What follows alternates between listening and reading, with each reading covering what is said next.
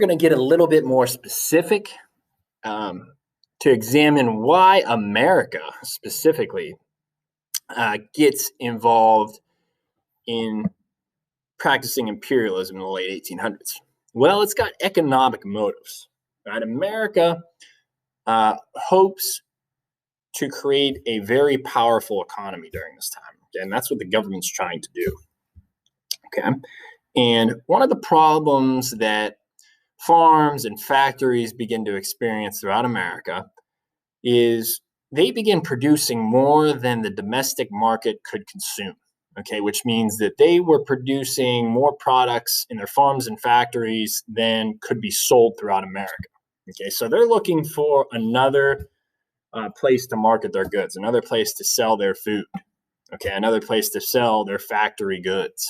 Okay, it could be clothing, cars, oil. Okay, so they're looking towards, the United States is looking towards selling their products that they're overproducing or that they're creating more of than United States citizens could consume to foreign markets, which is other areas in the world outside of the United States. Okay? They're going to deem that foreign markets are going to be necessary to move excess goods. Otherwise, in order to get rid of the excess goods that farms and factories were producing, farms and factories would be lowering the prices of which their goods could be sold. So that would lead to a depression, which the United States is trying to avoid. Depressions are always a bad thing. They're kind of a dip in the success in the United States' economy. Okay. So by 1898, the United States was exporting more than it imported, which means that the United States was selling more goods to other countries than it was buying from other countries, which is going to continue until the 1960s. Okay, really, really good thing for the economy anytime we're able to create that favorable balance of trade. All right. Second big reason why the United States begins exerting its influence over other countries was looking to gain more naval bases, okay, to build up its military throughout the world. And in order to do that, it's going to have to exert its influence over other areas of the world and kind of negotiate with them to let the United States put these bases within their country. Okay. And sometimes that entailed the United States just taking over control of a whole another area in the world that used to be part of another country. All right. And the United States kind of exerts its power over the area, wants to put a naval base into the area, and whether that other country likes it or not, the United States is able to overpower them and put the naval base there. Okay. The United States is also looking for other areas to trade with, okay, to expand its economy, right? Make its economy more powerful. All right. And some areas of the world don't want to trade with the United States. So, for instance, Japan goes through a period where it doesn't want its citizens interacting with members of other country for the purposes of, buying or selling goods to them. Okay, the United States is going to forcefully open up Japan for trade. So that's another area the United States is, going to kind of exert its influence over and eventually use it as a trading outpost. And Hawaii is another area that the United States begins to exert its influence over and kind of use as a commercial center along a major world trade route, which is the Pacific Ocean. Okay, the United States begins selling goods over to Asian countries like Japan and areas of China and all those countries throughout the southeastern part of Asia throughout the 1800s. And the United States sees Hawaii as kind of, the perfect pit stop for all of its merchant ships to kind of fill up on fuel and supplies before continuing on their voyage to the rest of the or excuse me, to countries throughout Asia, okay, that it's going to be trading with. So let's talk a little bit more about the United States beginning to trade with China and other countries in East Asia in the late 1700s and throughout the 1800s, really. So in the late 1800s, some areas in Asia are shut off from the rest of the world, meaning that, countries like Japan, for instance, aren't letting other countries trade with it at all. All right. And a naval captain by the name of Commodore Matthew Perry, he's going to lead 4 United States ships to open up trade with Japan to the United States and the rest of the Western world. The Japanese government at the time was one of those countries that kind of sealed off Japan from trading with the rest of the world. Okay. The United States sees Japan as a valuable market for its goods. So Matthew Commodore Perry is going to stop by with those 4 naval ships that he has, and he's going to say basically to the Japanese government, hey, you have an option. We can forcefully open up your country by using these naval ships for trade with the rest of the world, or you can just open up trade with the rest of the world. So what the Japanese government decided to do is they knew that they couldn't beat the United States in a conflict, if that's what, this led to. So they decide to open up their country for trade with the United States and the rest of the Western world. All right. And here are some of the major hotspots the United States begins to trade with. Okay. So mainly you see a lot of areas in Europe, okay, during the late 1800s, and also all these areas over here in like China and Japan and other areas in East Asia.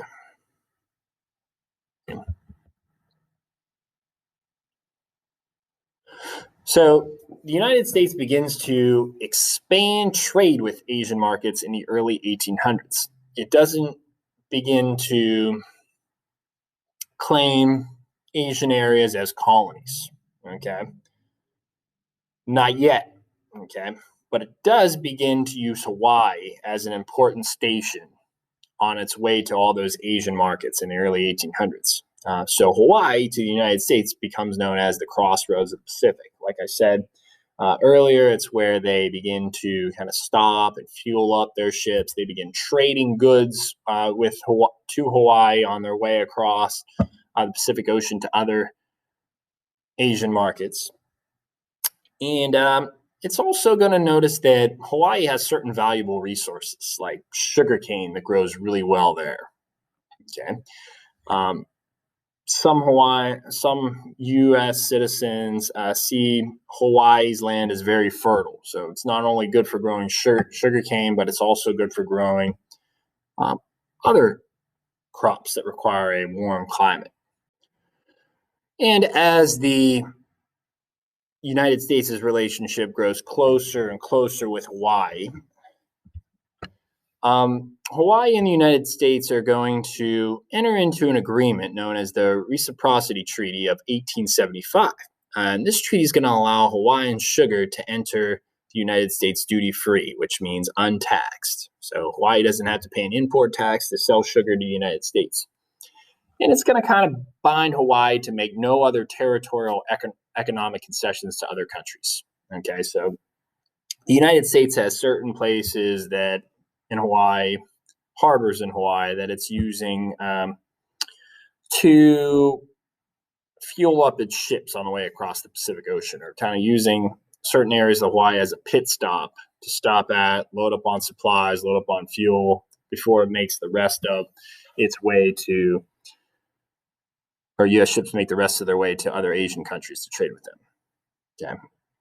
And the United States also asked, as a result of this agreement, for Hawaii not to make any other kind of economic agreements with other countries. That's what economic concessions means. Okay. And then in 1877, right at the tail end of the Reconstruction era,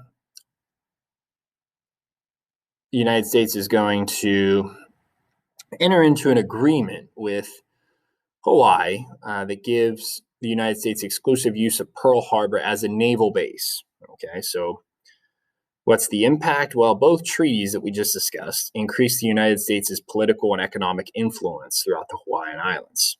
And many Americans, as a result, feel comfortable in settling in the Hawaiian Islands now that, Hawaii has this good relationship with the United States, or Hawaii is letting the United States, sell its sugar to the United States duty free, and the United States is being granted exclusive use as Pearl Harbor as a naval base.